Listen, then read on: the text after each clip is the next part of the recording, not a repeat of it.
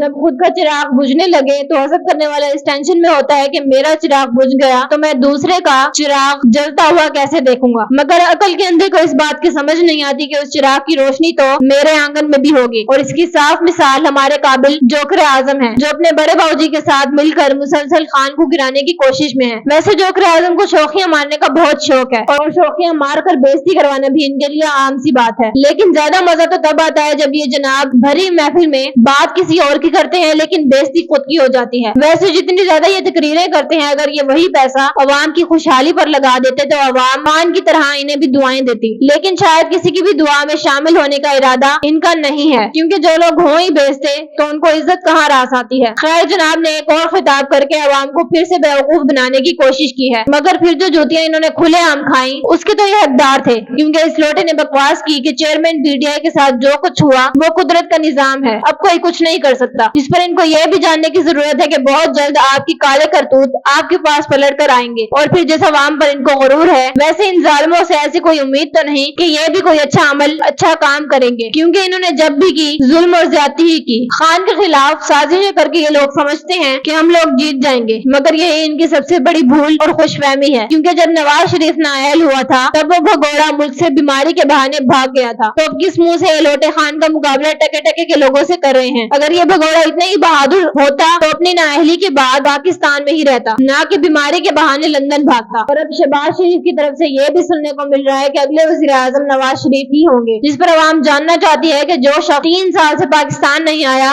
वो किस खुशी में पाकिस्तान का रखवाला बनने के चक्रों में है। हकीकत तो ये है कि ये शख्स पाकिस्तान का सबसे बड़ा लुटेरा है, क्योंकि इस लुटेरे का जो पूरा टोला है वो भी इसी काम पे लगा हुआ है। जोकर आजम के साथ साथ राना सनाउल्लाह भी चापलूसियों में आगे आगे हैं, क्योंकि इस लोटे की भी जो प्रेस कॉन्फ्रेंस सामने आती है उसमें बस नून लीग के बारे में री होती है। राना सनाउल्लाह ने मीडिया को अपने साथी इसहाक डार और शाहिद खाकान अब्बासी का नाम जारी किया है, यानी कि निगरान वजीर आजम ये बन सकते हैं, मतलब कि ये लोग मजीद तबाही फैला सकते हैं, मगर इसकी इजाजत अब अवाम नहीं देगी, क्योंकि अवाम खुद के लिए और खान के लिए इंसाफ चाहती है, जिसके लिए अब इलेक्शन जरूरी है। लेकिन इन लोगों को अभी भी अपनी पड़ी हुई है कि कहीं हमारे गुनाह बाहर ना आ जाएं, इसीलिए इलेक्शन में मजीद देर कर रहे हैं। मगर बच्चा बच्चा इनके करतूतों से वाकिफ है। राना सनाउल्लाह ने कहा कि अगर इलेक्शन अगले साल फरवरी या मार्च में हो जाए तो कोई मसला नहीं। जी बिल्कुल सही, आपको तो कोई मसला नहीं, लेकिन हमें बहुत मसला है, क्योंकि अब अवाम खान के साथ जुल्म बर्दाश्त नहीं करेगी। इन लोगों की नाइंसाफी को तो कोई तब बर्दाश्त करे जब इन्होंने किसी तरह का सुख फराम किया हो, लेकिन यहाँ जिस तरह अवाम के साथ साबिक वज़ीर आज़म पर जुल्म किया गया वो नाकाबिले बर्दाश्त है। जोकर आज़म और उनके खास चले तो इसी चक्कर में है कि नवाज शरीफ को दोबारा वज़ीर आज़म बनाया जाए, मगर सवाल यहाँ ये है कि क्यों? मुल्क मजीद तबाह करने के लिए, मईशत दबोने के लिए, या अवाम की जान निकालने के लिए? क्योंकि इसके अलावा तो इनसे कुछ होता ही नहीं। वैसे हैरत की बात यह है कि अवाम को किसी खाते में नहीं लाया जाता, क्योंकि इसहाक डार को निगरान वज़ीर आज़म बनाने के लिए सारी पार्टियों के आपस में मशवरे सामने आए हैं, जिसमें अवाम के ओपिनियन को बाआसानी पीछे धकेला गया, और नून लीग के साथ साथ पीपल्स पार्टी ने भी इसहाक डार के हक में फैसला दिया, जिससे यह साफ जाहिर है कि पीपल्स पार्टी को भरपूर फायदे के साथ साथ लालच दिया गया। लेकिन दूसरी तरफ JUI ने इसहाक डार के मजीद किसी और ओहदे पर फाइज होने के फैसले पर इनकार कर दिया, क्योंकि मौलाना फजलुर रहमान को